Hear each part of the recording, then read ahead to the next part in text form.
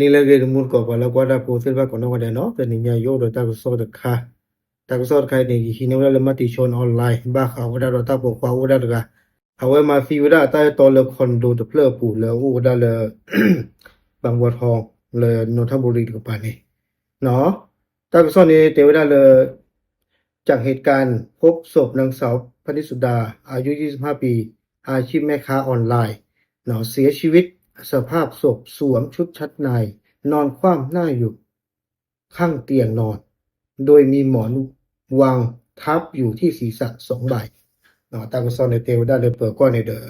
เลที่วดาตาผมมูลกันเนี่ยแล้วเมวดานางสาวพนิสุดาอุดากิเชียนี่เมวดาแม่ค้าออนไลน์ประชาชนออนไลน์ฟีวดาเพนคอนโดกับปูเนาะสวดาชิกาคาตเบเนาะအခုมีวดาစီနဲ့စီเลเกลือหรอหมอแล้วเรามีขั้วกับปานี่เนาะเพ่ก็ได้กิโลเนี่ยตากโซเตวดา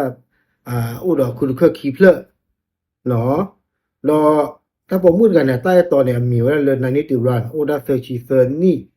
เนาะเอาไว้ได้มีวดาสิกอกันแล้วเช้าจะออนไลน์สิกอเหรอเนาะทีละถ้าผมพูดกันเนี่ยซีอยู่แล้วเนี่ยเด้อ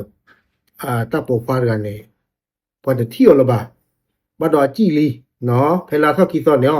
ตากซอนใครเนี่ยดอลลาร์เท่าเซอร์ซอเพมาหาเนี่ยเด้อตากซอนเนี่ยอัปเดตเท่ากี่เวลาจะเจโปเตวดาเลยเปิดก็เลยวิกิเมเนาะเอาวันนี้เราพ่อว่าได้ในนิติรันแล้วถ้าผมพูดกันได้ตอนนี้คือว่าได้เลยโรงแรมเดอะเพลเลยว่าได้เลยตำบลหนองปากครั่งอำเภอเมืองเชียงใหม่จังหวัดเชียงใหม่เนาะ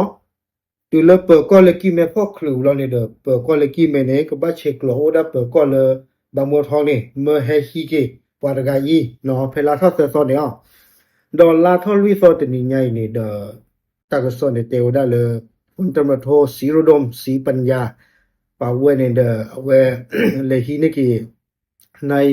นิติรันเนาะเวลาเนี่ยให้กระจกเวลาเลือกบาบูทองตื่นเวลาลีเนาะดอซีกว่าเวลาในนิติรันเนี่ยเนาะในนิติรันเนี่ยแต่เวลาเลือกปัวสาบัสสะคือวิสาสุกิพนุสิดาพนิสุดาเนาะถ้าผมพูดกันนี่หรือน้องดรีมเนาะดอกไปที่ผู้ครอบครัวเนาะบ้าขาดตายก็ตายก็เลิกเกท่อสาเส้นไพ่เนี่ยนอกก็เนี่ยซันบ้าสายที่แล้วเกท่อบาซันบ้าสามาซิโอบานอกก็เนี่ยซาถ้าผมมืดใครตัวป้าเตอร์หรอเนาะพูดไม่ถูกว่ามาจากสาเหตุใดเนาะบ้าขาดเลยตายก็ตายก็เลยซามาซิโอเนี่ยแม่ไอ้สายเลยตายก็ตายกลมจากที่แล้วเนี่ยซาเตดบ้าเนาะไม่เลือกส่วนเรื่องน้องดรีมมีคนอื่นนั้นไม่มีเนาะ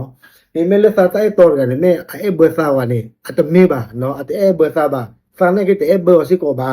เนาะวิโรนี่เดต้าก็ซ่อนแต่ก็ดอกว่าเลยเปิดก้อนเลยฮีนี่ว่าอุปกรณ์เนาะบ้าขาเราเลยกว่าชีกว่าชีเนาะเนาะ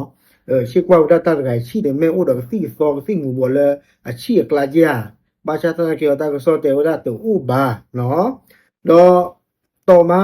นายเล็กอายุ52ปีและนางนิธิมาอายุ59ปี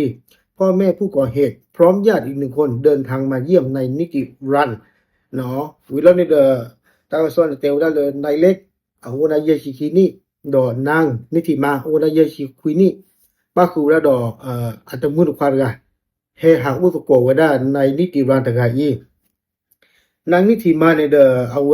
เมวดาประมาณ4ระกันเนี่ยโมเนาะแต่เวลาเลือกซาเนี่ยก็ตัวสกูบาตาดอตาผมมือกันเนี่ยฮิโปโคโพทอโบลเนาะดอ